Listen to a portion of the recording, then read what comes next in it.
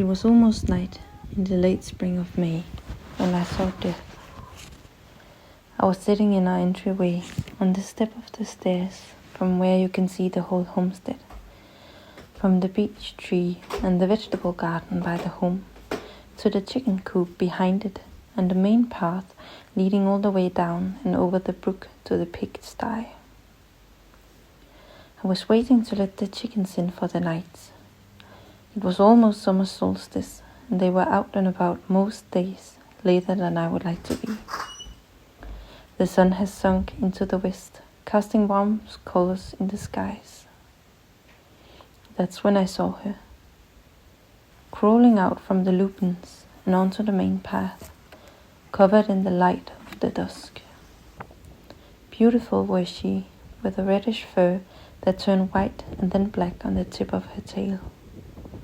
Her moves were quick as she raised her head and listened with big ears.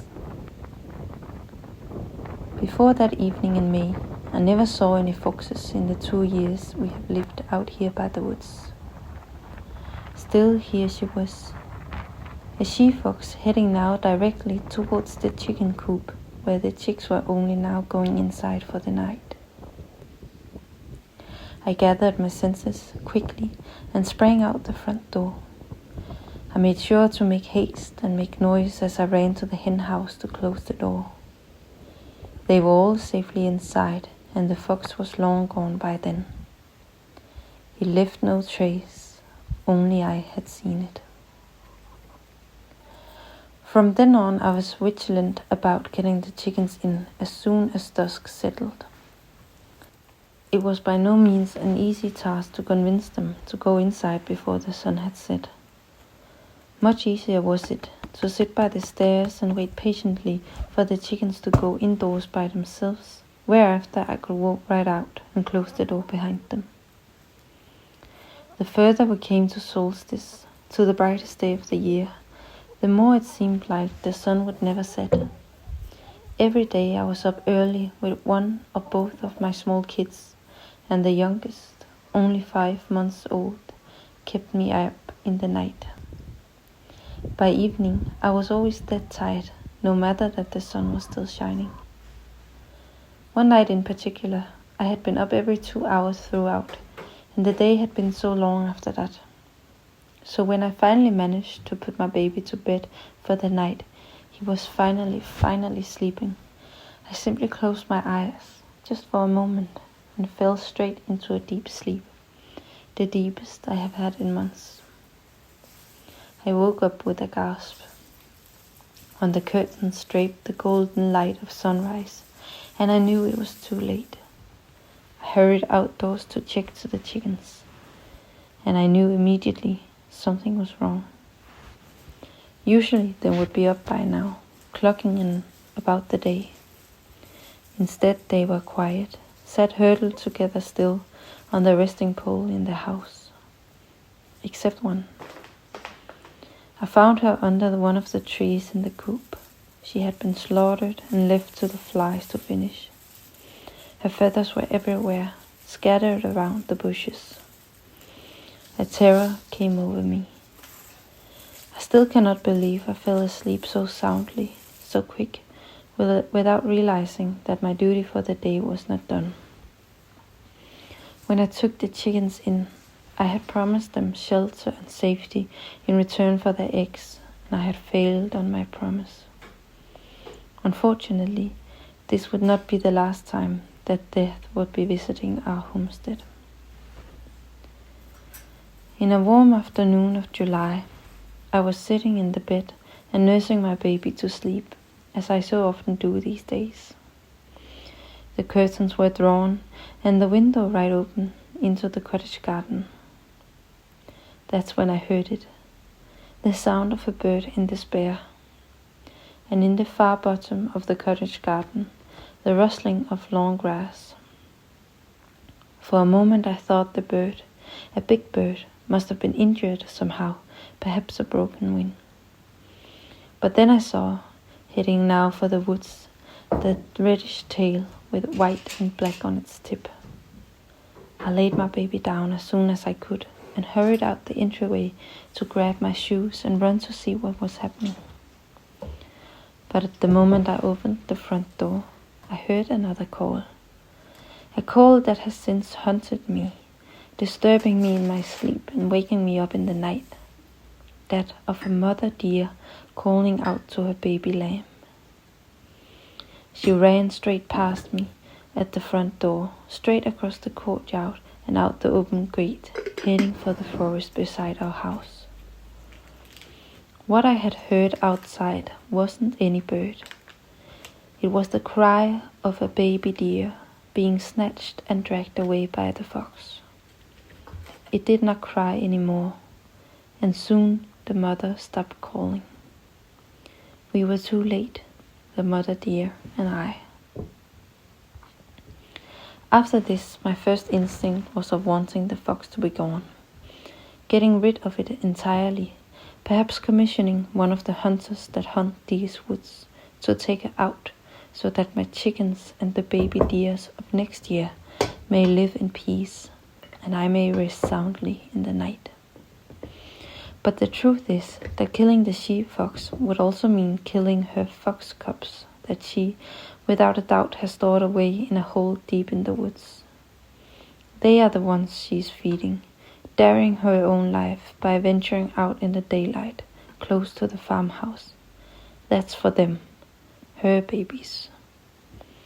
Why should the lives of the deer lambs be worth more than the lives of her cubs, or the hen for that matter? Because the baby lambs were cute, because the hen was mine. I realized it all too quickly. Shooting the fox was not a solution. I simply had to sit with our losses and find space to hold it all. That evening I asked my husband to take both kids, and then I went out into the woods to cry. Without realizing it, I was looking for her, going to all the familiar places where I used to meet her. I don't know why exactly, but I wanted to let her know that I was there, that I had seen her call out for her lamb, and that I felt for her. My husband said before I left, "These things happen all the time. It's just nature." But there is something that he does not understand, something that is not just nature. I know her, the dear mother that I saw. I know where she grazes in the evening. I know where she births her young ones every spring. I know she always births 2 lambs every year, and that in the 3 summers we have lived here, only one has survived into adulthood. The first summer we lived here, I even gave her a name, Lulu. I know for sure Lulu had 2 lambs this year, as I have seen the 3 of them together when I put my own baby to sleep by the forest. And I met both deer lambs on my walk just the other day, stumbling on the road, not knowing in which tall grass to hide in, and ending up on each side of the road. I know I heard Lulu call out for one of them the other day and running through the young forest up the road. At first I thought it must have been a dog barking, but there were no people around. It was her, losing her first lamb to the fox. Now she had lost her second, and I had been there for both. I was a witness to her life, as much as she was to mine. She has watched me countless times walking up and down the road with the pram. She has heard my baby cry into the night. I know because I can see her standing in the darkness of the trees. She doesn't flee anymore when I come by. She stands still and watches me, witnesses me. On that evening where I went out to look for her, I could not find her any of the familiar places. When I came home from my walk and stood once again at the front door, that's when I saw her.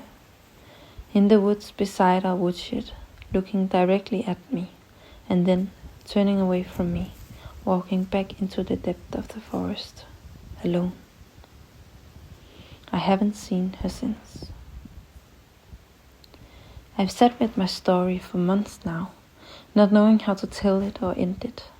I could end it here, I guess, on a sad note. But what gave me the comfort to finally finish this piece was this. On an August day, one of the sunny ones, with autumn's first breath of coolness in the air, I once again saw deer in the woods.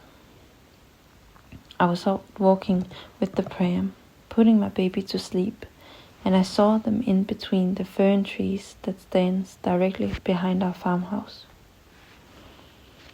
At first I thought it must have been Lulu, because she did not run away, though she had for sure spotted me and I was close by.